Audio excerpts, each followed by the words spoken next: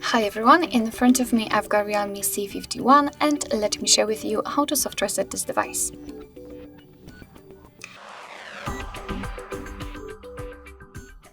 So in order to soft reset or force restart your device, you have to press the power button and the volume up button long enough until you will see the black screen and the developer's logo.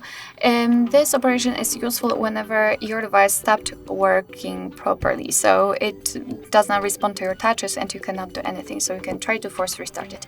And as I said, to do that we have to press the volume up button and power button together and wait. So let me do it. Let's ignore everything. Let's keep pressing until we will see the proper actions. Okay, we've got the black screen, that's good. I felt the vibration, we've got the developer's logo, which simply means that we just successfully reset our device, and in a while it will turn on the system again, and hopefully it will work perfectly fine.